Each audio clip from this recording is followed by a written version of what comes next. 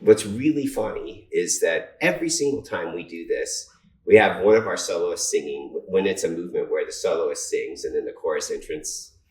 Every time they miss their entrance because they hear the singer like they're mesmerized. They're mesmerized, and then I point out, get this. I'm like, I'm getting ready, and nothing because they're just listening to the singer. Like, how does one voice, how does one person make that kind of sound?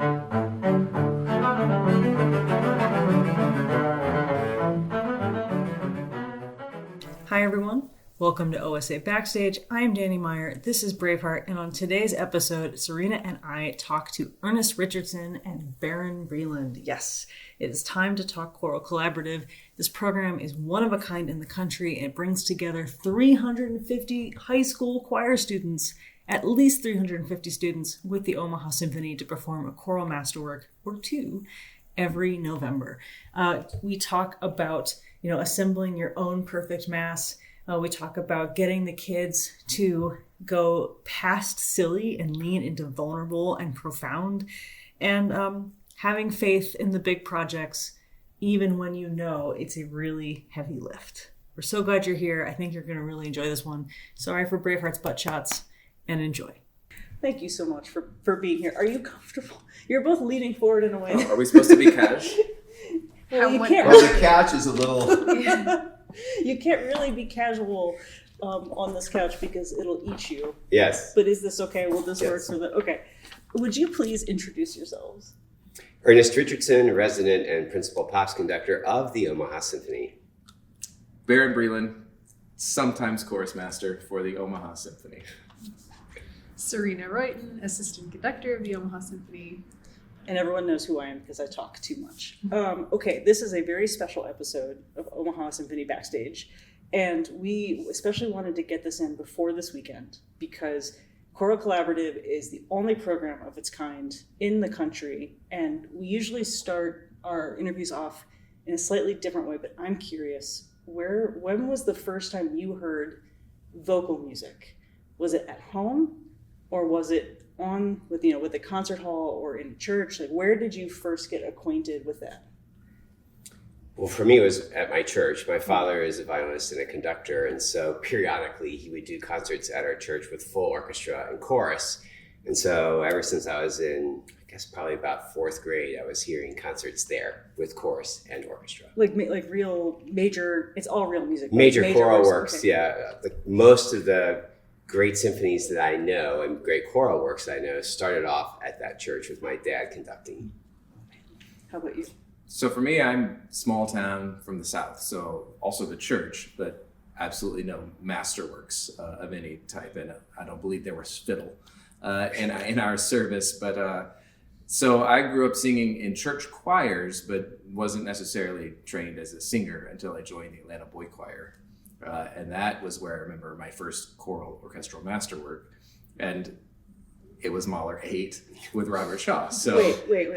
So that was my first exposure to choir. Just start right at the top, at the apex. Couldn't do anything else with my life after that. I mean, kind of. Have you been disappointed since? Ever since, no. To an 8-year-old, however old I was, 7, to my world, it was ginormous. I mean, this was a football stadium full of people, even though it was really just Woodruff Art Center, with the Symphony Hall, with the Atlanta Symphony. But to my little size, I could not believe that they had built this scaffolding for all these people. I mean, I remember they had, this probably is illegal now, but platforms up on these speakers. So the first thing is organ. Boom. Yeah. And, everyone sort of jumps a little bit. And the conductor, to me, was forever away. Just this teeny tiny little white-haired man forever. I've gotten to play that piece once, and that is the thing you remember, is the opening E-flat organ. Yeah. It like shakes you to your bones. You're like, oh, we can't just sit here and listen. We're supposed to contribute to this huge thing. Okay, my flabbers are gassed in. So you couldn't do anything else, and you grew up just like, this is expected. This is what you do. At what point did you, I want to deep dive with you at some point, and that's a whole separate rabbit hole conversation of everything that took you away from being a violinist and a violist and then turned you into a conductor. The dark side. At what point did you know that you had to build a choir program like this for high school students? Do you remember that moment? Yes. Well, first of all, I love choral music. I love vocal music. Mm-hmm. And so I started studying voice at Indiana University with an intention not to be a singer, but to be a good conductor of singers, opera, Broadway, choral, whatever. I just loved working with singers. And I started studying actually vocal composition as well. And actually, Barron and I have many similar sort of tie-ins because I worked with Robert Shaw at Indiana University when we did Berlioz' Requiem.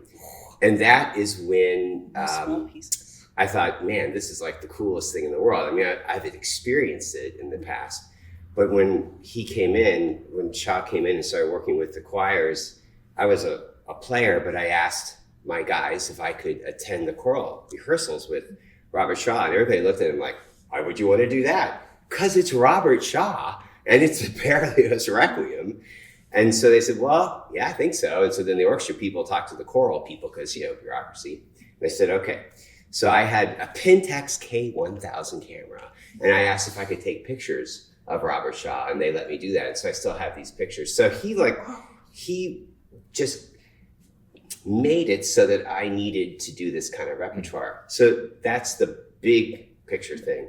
When I came to Omaha, it was in the early 90s. So to place it, it was the 2 back-to-back victories of the Huskers. And I wanted to have the orchestra serve this particular community. So I needed to understand what was significant and important to this community. Well, the Huskers.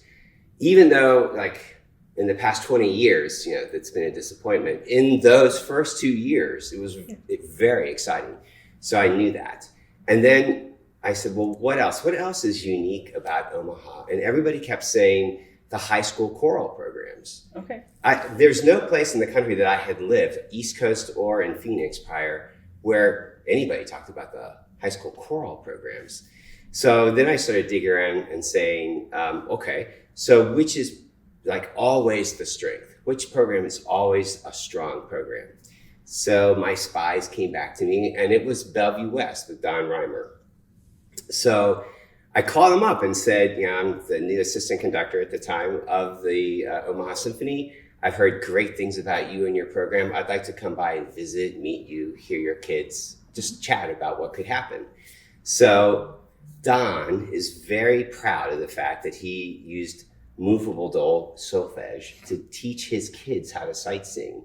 So the first thing he did is he pulled out their sight singing book and said, we're going to sing for Maestro Richardson. And then boom, and they're all singing, they're all sight reading on solfege. I'm like, oh my gosh, this is the most incredible thing I've ever seen in my life. I know, you're looking shocked. I know, I have never sung, ever, never joined a choir, never did that. I don't even know what movable, I don't know how you do that. I don't understand physically. Well, you went to IU, didn't you? I did, but So take 1, 3, 5, and you go, okay. Do, mi, so, and you're there. Great. Okay. Here. Okay. So it's the most incredible thing you've heard. You can't believe what you're. Yeah. Like high school kids sight singing. Yeah. Really amazing. So after that, anytime I would go visit with him, it always stopped off, no matter what, with him showing off his kids singing, sight singing on movable dove. So okay. So we were talking, and I said, look, if the end is your kids singing with my orchestra, what would that journey look like? And so he said, well, I only want to do complete works. Okay. So what complete work would you want to do first? And so I think it was Vivaldi Gloria. It could have been Vivaldi Gloria or Schubert Mass in G, but I feel like it was Vivaldi Gloria, but it was in the early days. So in that situation, we came down there. We had half the service as a rehearsal and the other half as a performance at the high school. And it was so successful, and the kids were so excited about singing with a professional orchestra, and he was so excited about making this possible for his kids, that we began this amazing program back at one school with one guy who really got the vision of what we were talking about. So over the course of the next probably 5 or 6 years, we would expand to the next person. So if you say to It's because Nebraska is very polite, right? So if you say to the guys, so who would you like to work with on this next project? It gives them an opportunity to recommend who they want to recommend and perhaps not who they don't, right? So so he just gradually introduced me to more and more people who could catch this vision. The whole thing requires a team of choral directors who are so committed that they start working in the middle of August and make that the primary focus of their program until the first week of November. Does that even exist? Well, the answer is yes. So why? So the why is not to work with me. The why is to have their kids sing with the Omaha Symphony. It's amazing that the kids can do this, that have this opportunity. And it's amazing that the organization would invest the resources over 20 years to make this possible. I'm curious, did Don have the background that you two have of, I have heard choir with orchestra, I have heard these masterpieces, my kids deserve to sing these masterpieces. Do you know if he came from that road? Because when you say, what piece would you like to do and what can your kids handle? That's a genuine question you have to answer every single year. Mm-hmm. What can high school students with their high school voices prepare in time in a way that won't hurt them, it won't impede their growth, and will give them something that they can feel absolutely unbelievably good about at the end of November, at the end of the run? Right. All those critical. I think that the first stage of this was that Don had sung some of those pieces, but the school programs weren't set up really for the kids to have an opportunity to do these major works. So he knew of them, and I believe he had sung some of them, but he had never had a chance to prepare them. So that's very common in our choir's experiences. They'll go and they'll get their degree someplace, and maybe they sing one or two pieces with the big college chorale or something like that. But it's not set up where they can study and then teach that music to the kids. And some teachers might not want to do that because there's a tremendous investment of time. But the ones who do gravitate to this program, and strangely enough, in Omaha, there are always a circle of directors who really want to participate in this, whether it's in Latin, it's usually in Latin or often in German, or less often in German, and once in a blue moon in English. And then we do Carmina Burana every 4 or 5 years, and that's in all kinds of different weird languages that resemble Latin and German, but not really. So I think that's it. There's a desire. Certain people have a desire to stretch themselves as teachers into this big repertoire. And those are the people that are going to be interested in it. When you talk about how can they do it in a healthy way, we find teachers and we support teachers who teach healthy singing. So do no harm. And in place of big mature voices, we have a number of voices. So we'll have routinely 350, 400 voices up there, which is a really large chorus. Mm-hmm. But that takes care of the healthy part, that nobody has to sing louder than they can sing to get over the orchestra. And that was a process that we developed. But the other thing that's really important is I know enough about good singing to know when it's not being done, but I don't trust myself in actually teaching the technique of singing. So I have experts like Barron. I can hear something and I'll say, Barron, it sounds like this to me, and I'd like it to sound like this. And so then he will analyze that and then translate that into healthy singing. I've learned a tremendous amount from the 2 chorus masters I've worked with over the past 20 years. Even so, I always defer to them so that we make sure that we're choosing repertoire that's healthy, that's through the teachers, and then executing it in a healthy way. That's with a coach like Barron. And you're nodding quite a bit because you have choirs that you run and you work with regularly. How do you set that expectation as well, that you're going to rise to the occasion, but you're not going to overdo it? For the singers? Yeah. Well, first off, he's not giving himself enough credit. I am more and more futile in my existence, because he has learned so much that he says all of these things, and he says the translated version, and he's like, now say that in singer speak. And I'm like, you just did. You just took all of my good analogies, took all of my tips and tricks, and now I have nothing else to say.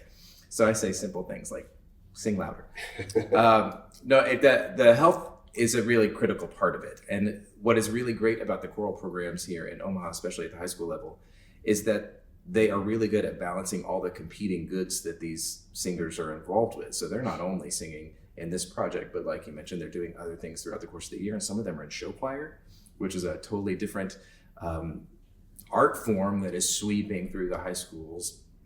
And the choral directors, especially that buy into this project, want their show choirs and their jazz choirs and their swing choirs or whatever they're doing else to come from a foundation of really quality singing. And so when they have those extra programs, they use this project because they not only get to work with us, but they get to work with professional singers. They use that as sort of a building block for the rest of their season and the rest of their curriculum, because now they get all this really wonderful quality singing instruction that supplements what they're already doing. Most of these people are already trained singers. That's what they went to their music ed programs with. And then you just bring in all of this extra help. Now they just have this foundation of healthy singing. In the same way dancers, you can specialize in hip hop, but if you start with a ballet corps, you have all of this range and versatility that you can do. And they're doing that with their singers as well. I think one of the other nuances is some of these kids, as these choral programs are growing or needing more tenor and bass voices, they're pulling in all these tenors and basses fresh out of middle school that aren't tenors and basses yet. I mean, they're needing healthy singing for all kinds of reasons, and one of which is just to help these growing humans figure out, how to navigate their instrument through some critical growth spurts in their lives, tenor, bass, or soprano, alto, that are all just getting older and bigger. Can we talk about that? Because my vocal knowledge is severely limited, but I do know that there are roles that you wait to tackle until you're older, because that's when you can physically, like your voice has settled into a space where you can physically handle it without hurting yourself. And I imagine what you just said, it's like we have puberty as a consideration, It's a thing. and the human brain doesn't stop developing until you're 26 on top of it. So you have lots of things that you're navigating. So how do you encourage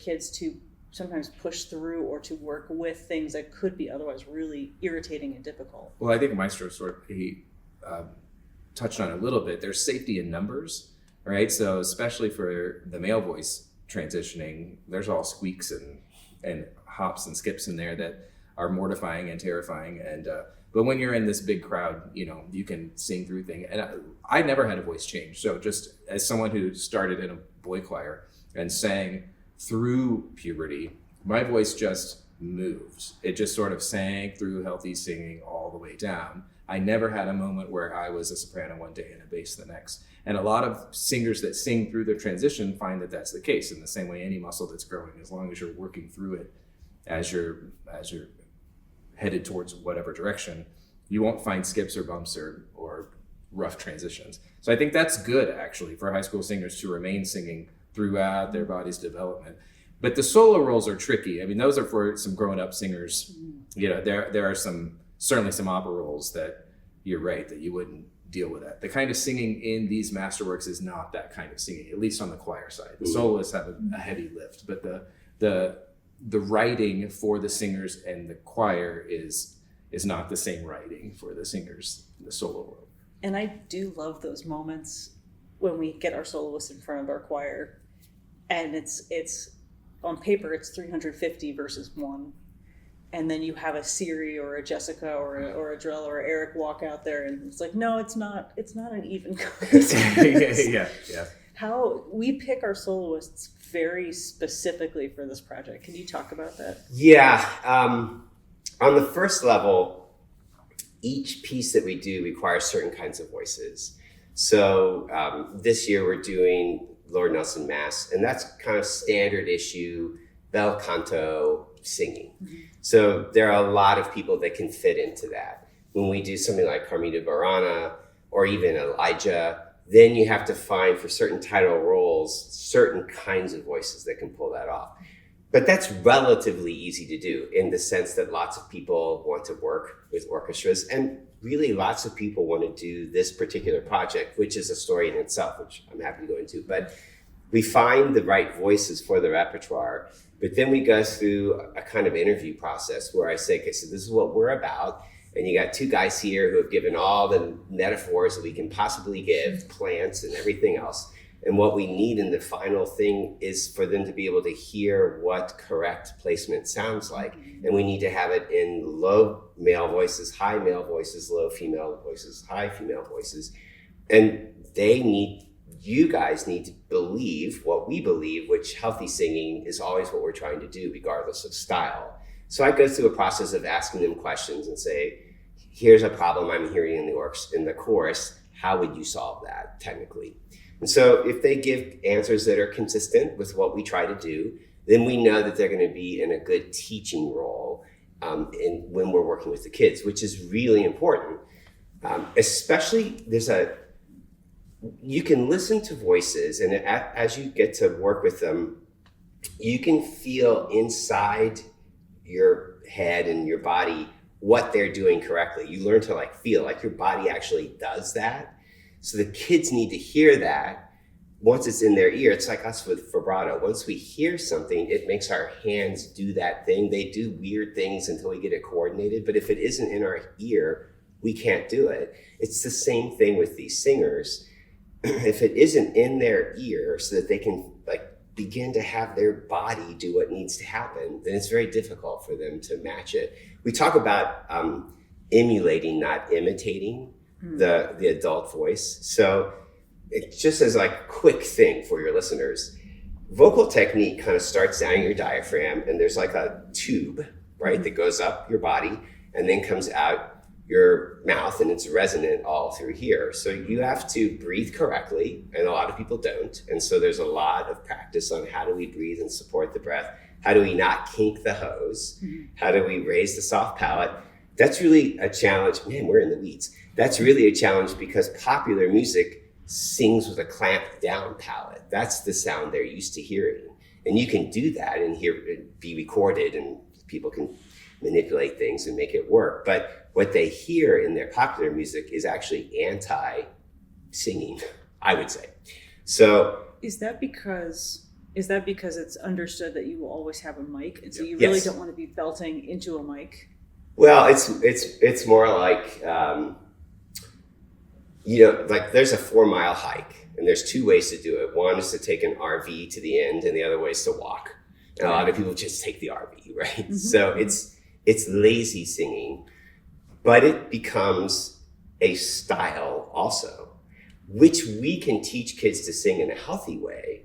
But the kids who only can do this closed soft palate business can't change it.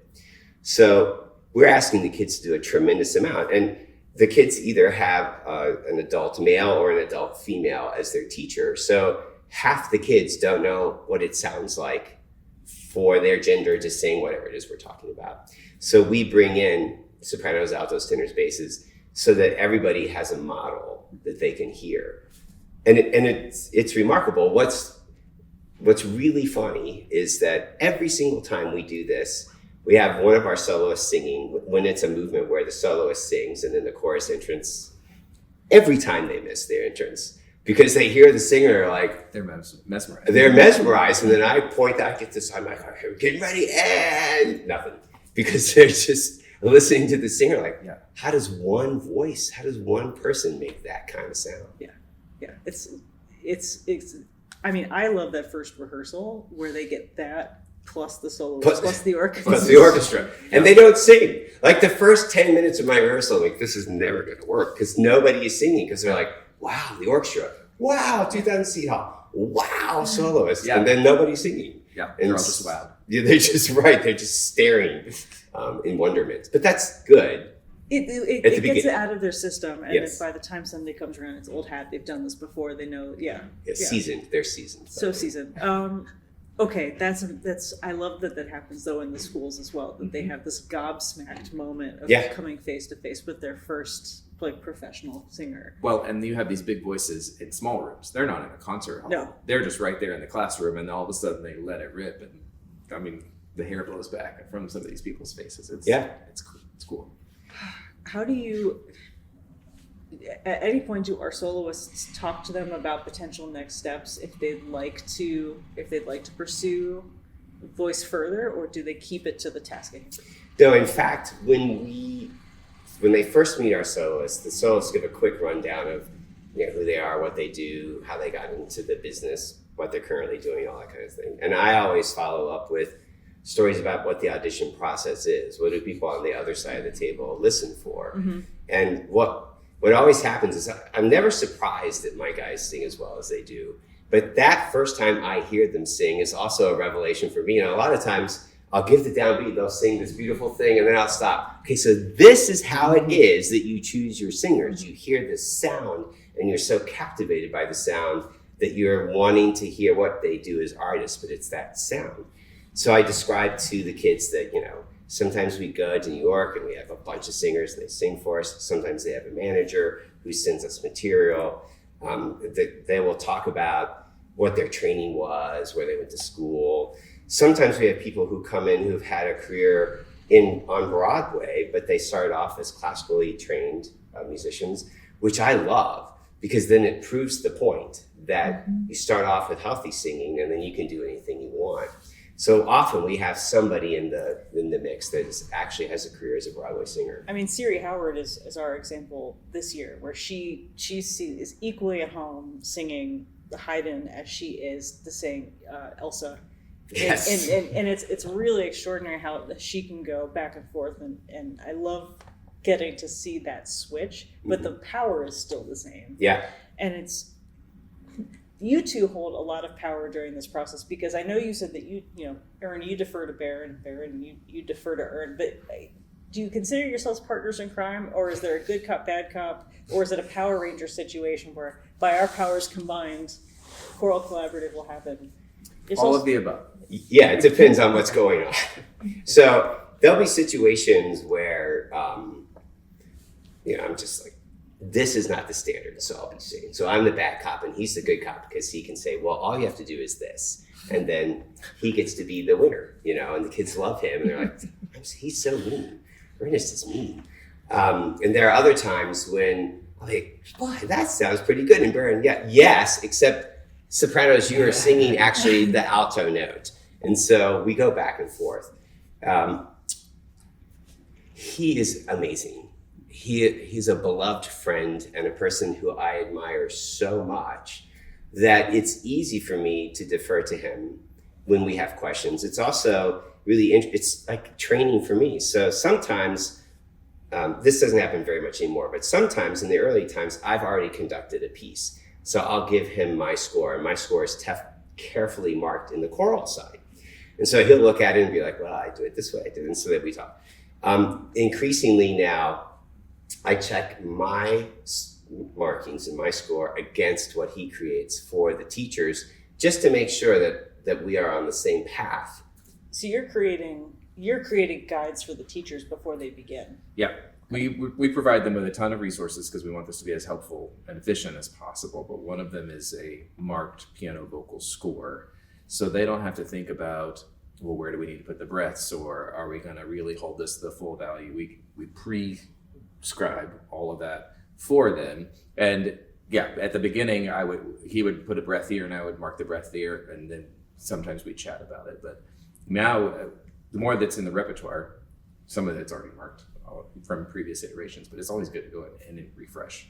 I was gonna ask, do you, since we cycle through often like pieces over a certain number of years, does that mean that you are starting from a roadmap that you've used before, or do you prefer to kind of like crack open the score and act as if it's the first time and you're combing through it? It's both. It depends on the piece. So we did Elijah, and I marked it in a certain way, and then over time I've decided to mark things in a different way. So after a number of years, Elijah came back and I thought, is this the year that I'm going to start with a blank score and remark it? So it's the way I normally mark things now. Yeah.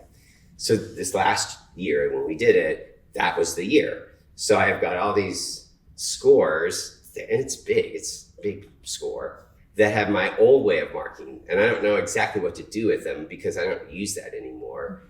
And so I took that opportunity to remark everything and to rethink how I think about it. So sometimes you take a piece and you redo it from scratch. Sometimes I'm so pleased with how the score is marked that I don't need to change that. I might change how I think about how to describe things to kids. One of the things that can feel very stiff when you're doing these masses is that the people don't know where the mass comes from. Or at least I'm not Catholic, so I just assumed the mass could be found in the Bible someplace. And so I thought, I wonder where that comes from. And then I realized that it doesn't actually come from the Bible. It's guys who wrote poetry and told these beautiful stories. So the mass is like a love story, but it feels sort of foreign because it's in a foreign language and because it's church. It's very structured, and it's kind of odd to have something so firmly structured, like this is the progression of it. Right. Or beautiful, depending upon how you think about things. And so to me, it's just these beautiful poetic gestures that talk about really metaphysical, supernatural kind of things, but in very personal language. Like if you sit and translate directly from the Latin and really understand what's going on, and you realize these texts have been crafted by people for thousands of years in the very early part of a sect that might not have even survived. And if you can approach it from this storytelling aspect, it really helps the kids say the text with meaning. That's to me, and one of the reasons I love working with Barron is that we're both text guys. Like if it's text, that shapes everything. It shapes your countenance, it shapes how you think about what you're doing, and it shapes their ability to communicate to the audience, even though the audience I know doesn't speak Latin. But we sense on a subconscious level or subliminal level that real language is being spoken, that there's real intentionality in what the kids are saying. It's not just syllables, la, la, la, la, la, going by. Some of the pieces are easier for that to come across. Elijah, the kids grab onto the drama, right? Yeah. There's all sorts of swirling fires and all of this stuff. I mean, it's easy for the kids to be like, oh, this is a cool moment, and the orchestra writing is equally dramatic. Most of the requiems, right? The confutatis in Mozart, it's really easy for the students to grab onto. But then we have things that are just a little more, I think you said structured, just a little more boxed in, like the Haydn Mass, where you have to really think about the words seriously and why a classical composer who wrote this particular style that by today's standards would seem classical, old or boring, and how inventive it was at the time, especially given what the text is, because the meaning of the text is how Haydn came up with some of these fun gestures that's in it. So it's a little trickier this year with this kind of piece, which I think is why it's paired so wonderfully with the Illuminare, which has a little more of the graspable drama in it. There is something really beautiful about how the mass text, for the most part, stays the same. Like if you say I'm writing a mass, then you are using these same parts and you use the same text, probably the same Latin, and yet everybody comes to it in an extraordinarily different way. Yeah. And I've just started this Eric Leinsdorf book, the Composer's Advocate, and it's wonderful. But one of the first things he says is you need to understand the language that is in the score and the composer's language, because if you refuse or you just translate it into something else, if you refuse to see that there's nuance in the differences in how they use their words and how they translate it and how it's supposed to mean, if you refuse to see that, you'll miss so much of the composer's intention. And Haydn choosing to use Latin versus someone like Brahms, who he went back and I'm explicitly using German and I'm using the Lutheran Bible. And, Elaine Hagenberg going and sourcing very specific texts outside of the Mass. Like, these are deliberate choices. So how do you, like you said, with the kids, where do you even begin when you're walking into that classroom the first time and you're opening up Lord Nelson? Like, okay, here's what we're dealing with. I mean, so it's so interesting to nerd out about the different settings of like Gloria through the ages. That was, I mean, grad school was for choral conductors in their master's and doctorate. That's all you're doing. You're comparing Kyrie to Kyrie to Kyrie, deciding how they're all different and which one's better. And you're planning your own funeral mass, and because you're going to have your perfect Kyrie and your perfect Gloria, and it's going to to be all these different composers. It's your death playlist. Yes, mashed together. Awesome. For you, those are. Well, the Kyrie is a C minor mass from Mozart. That's the best Kyrie. It's so good. There's no Gloria at a Requiem Mass, so you don't have to really stress about a Gloria. Although it's your funeral, you can do what you want. That's probably true. I don't know. I'll have to think about it more. But the kids don't necessarily have any of all the musicological background of any of that. To them, all classical music is classical music, regardless whether it's Romantic or 20th century or Impression. They don't even have the starting point to have that kind of a conversation. So what I always have to remind myself, their brains are still developing. Still mush in there. And I think about it for me though, I had that earlier wow moment way before they did, where I got the privilege of being on the stage with Robert Shaw and the Atlanta Symphony and 1,000 singers, right? So I had a little more time to get my feet wet, and they're still having that moment. So it's maybe not the right time to say, but this is why this is so special. But at the same time, recognizing that you're planting the seeds for whatever future kind of learning that they want to do. So you drip in a little bit of what era are we in? If they know that there are differences in the eras, you're already a step ahead.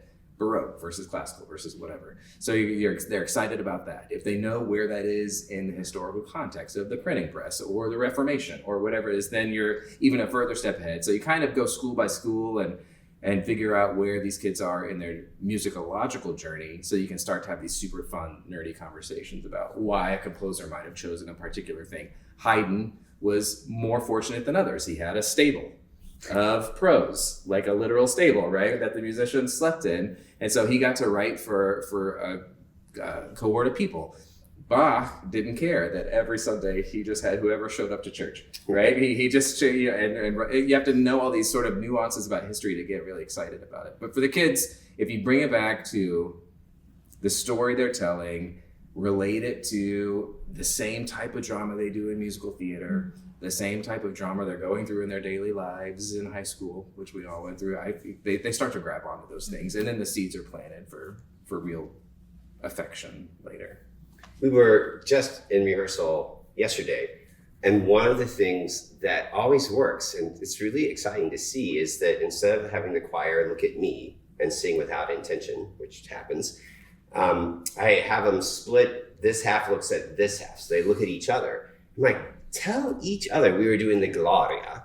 So, Gloria in excelsis Deo. So they have to say it to each other like, wow, this is amazing conversation. And once they look at each other, they start smiling because they're embarrassed. But what's cool is that is the countenance we're looking for. Now we just have to flip the switch from embarrassed to, I'm celebrating something. There was another place where Benedicimus te, adoramus te. What's the one before? Laudamus te. Yeah, laudamus te, we praise you. Benedicimus te, we bless you. Adoramus te, we adore you. And so I said to the kids, I want you to think about, I'm going to be your maestro of romance. If you're trying to tell somebody that you care a lot about them, 3 things that you really like about them, and that the last one is that you adore them, it's never going to work if you just sit in monotone without any emphasis. That's not going to work. You are not going to find romance. But I'm going to show you. So, laudamus te, benedicimus te, adoramus te.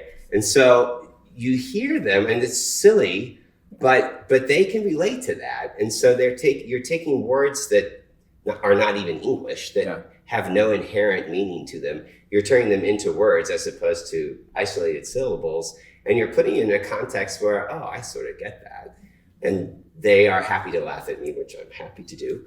And then it's so weird to listen to the shift in their singing and in their vocal production, and where it is, like everything shifts to the right place. Because we don't think about it, right? When you say, hey, I'm not thinking like, where am I placing this and all that kind of stuff. I do it because I have an intention in what I just said. I want to get your attention. It needs to go a certain distance. If I was trying to go across the street, I wouldn't think like fortissimo with an accent. And you just say with intention what you're trying to do. But there is a vulnerability there. There's I would say the difference between something I really admire with vocal soloists especially is often they just have to be out there on stage the whole time, whether or not they're actually singing. They just get to be parked there, and yet they can't look bored. They have to actually be actively engaged with the audience almost the entire. I mean, Michelle DeYoung, when we did Das Lied von der Erde years back, it was unbelievable watching the way she held that audience in her hand, even as she sat for 20 minutes at a time waiting for her moment. And our solos have to do the same. I think there's a vulnerability in getting kids anyone to understand they have to look up and they have to engage, because otherwise it won't be as effective. So how do you get them to do that? Well, I agree with you, but I also want to remind you that the double basses are also on stage the whole time, and we're watching your faces just as closely as we're watching the singers' faces. And I try very hard to keep mine at a neutral. It's a really great point. And the soloists are trained in it, right? Because they've either done Broadway or they've done opera. So they understand character. And even if it's just one of the quartet in the Haydn, which doesn't have a character assigned to it, they recognize that they are doing a presentation. And from the second they walk on the stage, they are that presentation. Even if the character they're playing is diva soprano soloist, right? They play that character and they sit like a soprano, which will sit very different from a baritone. And the baritone will do a nod every now and then. It's just a thing that baritones do. The baritone nod. The singers, the singers in the chorus have to be reminded. It's just like any training. You don't know you're not doing something or that you could do something better unless a mentor or what's the opposite of the apprentice? The master. So it sort of tells you, great, now try it this way. So they just need to be reminded that they are constantly on stage. And that example yesterday where they were singing at each other and they started smiling and it sounded better, then you hit pause and you say, okay, that feeling right there, that's the feeling you need to recreate, because they won't remember that tomorrow. They'll just think they had a silly moment in rehearsal unless you pause them and say, that's the feeling. Remind yourself of that feeling tomorrow and recreate it. And when you've got the music in front of you also, sometimes you just forget that the world is there because you're like reading a book. And no, people are watching you present this. And so you have to remind them constantly to look up out of the music. And you can see his instrument shift. The moment so we have all these creases here. It's all wrong. And so the moment you do this, everything lines up. You can support your sound from your diaphragm. It's a technical necessity, but it also looks better. Yeah, and one of the great, I have a community chorus also that I work with. One of the most effective things I ever did was show them a video of their own performance, where they just got to see what their faces and parts in their hair actually looked like, even though I'm harping at them a million times, but they don't see themselves because they're not looking at a mirror. And then they watch it and they're like, oh my gosh, boy, that one person is really giving a stellar performance and this other person is not. And they can do some compare and contrast. It's hard to argue with a mirror. It's hard to argue with a mirror. Now, one of the problems though is some of these choirs that we work with also have show choirs and they rehearse in the same room and there is a constant mirror. And so then you also get high school preening. Yes, there's a lot of high school preening when they're... And so Maestro will be saying something and I'll be like, time out. You look great. Can you listen to what's going on? You look fabulous. You mentioned the pause. How do you, I've noticed in so many rehearsals for this where there's just this moment of like incredible jubilation when something goes right. Like you make sure that you not only tell them they did it right, but that you practically sing it to the rafters that they did it right. Mm-hmm. And I do that to a much lesser degree when I teach, but it's just like you just go immediately up in arms, like that was fabulous, do it again. Do you feel like have you learned to do that, or have you always just like that reward, that risk and reward? That's an interesting question. I think that by the time I'm working with them, especially when you would see them, which would be in the big orchestra rehearsals, I so want that right moment so I can say, that's it. That it becomes instinctive and not something that I've practiced or thought about. But genuine excitement. Like every now and then, Barron's out in the house, and so he's hearing what it sounds like in the house for me. And so I'll turn around and be like, that's it, right? He said, yeah, that's it. So it's a tactical thing in that I'll often ask the kids, okay, that's exactly it. Does it feel different? Does it sound different? It's okay if it doesn't, because you might not recognize this at all. And so we have to really reinforce physically what they're doing when it's right, so that they can repeat that. Because it's not like us where, you get the angles right and suddenly it sounds right. It is a sense of physically I did this and that's the sound he's looking for. So now I know how to repeat it. I mean, that's tactical, but most of it is just, I'm so excited. I like the reward of it all. I mean, this is a long process. You mentioned earlier, this starts in August. They've been slogging through notes and rhythms on the same piece for months. And there's little moments of reward. The first mass rehearsal, even though it's in a high school auditorium when they all just get to sing with 100 friends, that could be the first time and maybe the only time after this project that they ever get to do something like that. That always is exciting for them. The first time in the hall is always exciting to them. The first time hearing the orchestra, the first time hearing the soloist. And so I think just when it finally sounds the way it's supposed to sounds somehow. The joyful combining of chorus and orchestra that we all love so much. It's just it's nice to pop a cork on that, and be like, good for you kids. Because I also think you illustrate or you reference this a lot when you're talking to them. Maybe the symphony players aren't necessarily interested in a high school project. They're interested in a choral orchestra masterwork with a chorus that rises to the level of the orchestra. And when the kids actually achieve that in those final rehearsals, it's hard not to be jubilant about that. And the players recognize how hard the teachers have worked to get this to this level. And they see how hard we're working to help them get to that level. And they see that the kids are really respectful of what the players are doing. And a lot of times when we totally run out of metaphors, I'll just say, I want you to listen to the cellos, or I want you to listen to the strings, or listen to the brass. I want you to listen to the orchestra, because they are doing what I need you to do. And the orchestra is perfectly reasonable in their understanding that we need them. They are why we're there. And they are the ultimate sonic reinforcement of what we're asking the kids to do.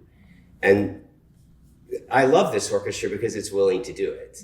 And there have been times where, like with the downbeat, the orchestra's playing, the kids just aren't even singing.